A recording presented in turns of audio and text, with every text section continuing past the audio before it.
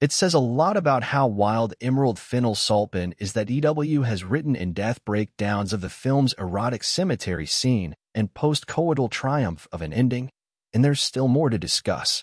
The film, which follows Barry Keoghan's Oliver as he gets invited by the aristocratic Felix Jacob Elordi to spend a truly life-changing summer at his sprawling Saltburn estate, is a dark and deranged tale of privilege and obsession, and as such, there's just too many juicy moments in need of unpacking.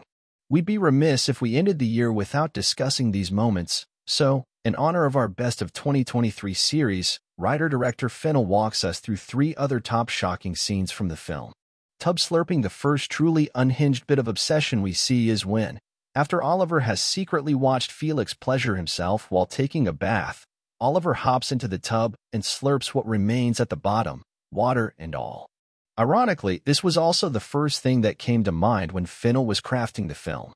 The bathtub was the first thing, the first image, that came to me, Fennell says. It was a boy saying, I wasn't in love with him, and that same boy licking the bottom of a bathtub. So that was the very center of the film for me, this kind of unreliable narrator. Somebody who was clearly in the grips of extreme desire and who hasn't yet come to terms with it, or who has had to find another way of coming to terms with it or explain it. Fennell says from the beginning, she had a very specific idea of what the moment should look like. For instance, she knew it had to be in profile on Oliver in the tub, so the production team cut a bathtub in half, enough so that we could feel like we were inside it, says Fennell. Watching the scene come to life on the day with Swedish cinematographer Linus Sandgren, whom Fennell describes as the most profoundly unshockable person she's ever met, was profoundly brilliant and thrilling. The Swedes are famously they'll talk about anything. And when Barry started to rim the drain, Linus squealed like a little girl, and we had to edit it out, and he was like, F. Fennell recalls with a laugh. The unintentional goof from her cinematographer was very welcome, however. Says Fennell, that is the thing.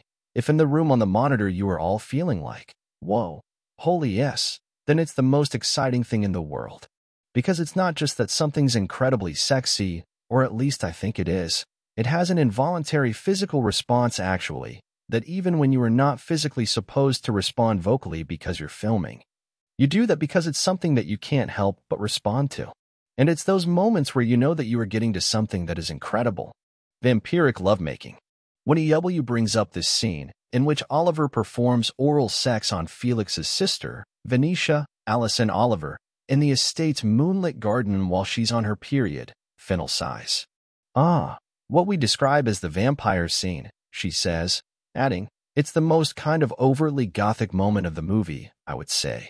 Behind the scenes, much was made about the blocking, the clothes, and the exact sounds his brogues made on the stone steps, all to create what Fennell describes as an unbelievably almost fairy tale silhouette.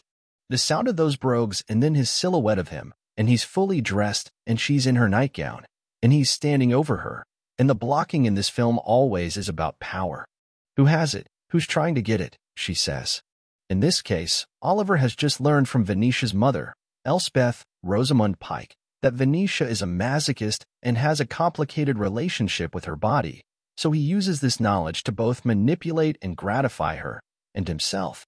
Actually, what he's doing is not just what she wants in order to manipulate her, but actually because it's gratifying to him, too, because I don't think he knows what he wants really.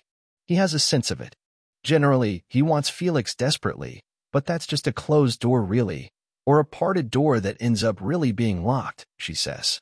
Fennell continues, his great skill is of anticipating somebody else's needs and of giving it to them and getting his pleasure from them. And so it is an act of service and an act of love and an act of erotic dedication. Revelatory road trip. If there is one true plot twist in Saltburn, it's the moment when Felix surprises Oliver with a birthday road trip to visit the latter's family, and Felix, in the audience, realize for the first time that none of what Oliver has said is true. His parents are both very much alive and appear to be a very normal, middle-class family, with no addiction issues in sight. If there is a twist in the movie, that is the twist, and it was the only thing that was important to me to preserve, says Fennell. Because once we know that, once we reveal that he is not a boy who is struggling with a father who has died of an overdose or a kind of drunken incident, but in fact, he comes from an incredibly nice, incredibly loving middle-class family. That's when we know that he's a liar. She continues, and even if we've seen it already and been told multiple times, the first thing we see in this movie is Oliver lying to us. We know he's lying to us. From then on, that was the only thing I really wanted to preserve.